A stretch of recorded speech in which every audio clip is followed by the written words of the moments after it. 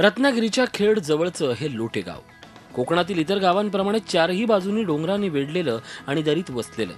अंधार पडला की अनोळखी माणूस या गावात पोहोचण्याची हिंमतच करू शकत नाही, इतका मिट्ट अंधार. याच गावातील संकेत चाळके या तरुणानं आपला सहकारी विजय मोरे आणि सहकाऱ्यांच्या मदतीनं हे सारं चित्रच पालटून टाकायचा चंग बांधला. 2 वर्षापासून संकेत, विजय आणि त्याचे सहकारी गावात असलेल्या पाण्याच्या ओढ्यावर वीज निर्मिती करण्यासाठी धडपडत होते. अनेक छोटे छोटे प्रयोग केले आणि यशस्वी झाले. पण एखादा दिवा पेटवण्यापेक्षा संपूर्ण गावच प्रकाशमान करायचं हेच या तरुणांचं ध्येय होतं. दोन्ही साईडला जंगल, त्यामुळे जाण्यासाठी रात्रीचे दिवे नसल्यामुळे येथे शेजारी असलेला ओढा, या ओढ्यावर काहीतरी करण्याचं ठरवलं आम्ही. आणि माझा मित्र विजय मोरे यांनी हा प्रोजेक्टबद्दल सर्व डिझाईन केलं आणि त्यातून हा जलविद्युत प्रकल्प निर्माण झाला. या तरुणाने मग इंटरनेटवर माहिती गोळा केली. या तरुणांच्या प्रयत्नांना मग साथ दिली लोटे परिसरातील रॅलीज इंडिया या कंपनीनं. या साऱ्या प्रयत्नात लागणारी शारीरिक मेहनत या तरुणाने आणि ग्रामस्थांनी केली आणि आर्थिक बाजू रॅलीज इंडियानं आपल्या सामाजिक दायित्व निधीतून उचलण्याची तयारी दाखवली.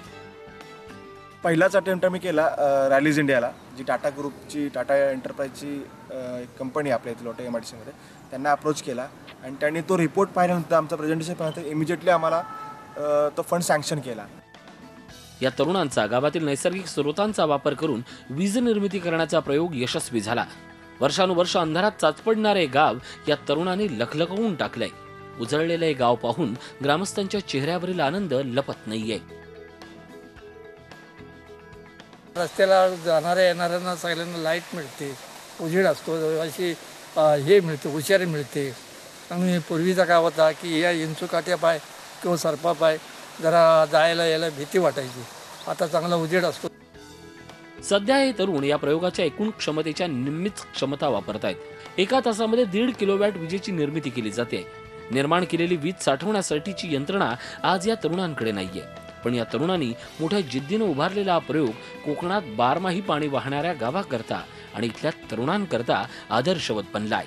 लोटे गावातील या तरुणांनी या गावातील रस्ते आणि घरच नाही तर गावासाठी विकासाच्या नव्या वाटा प्रज्वलित केल्या आहेत. प्रणव पोळेकर, झी मीडिया, लोटे, रत्नागिरी. झी 24 तास रहा एक पाऊल पुढे.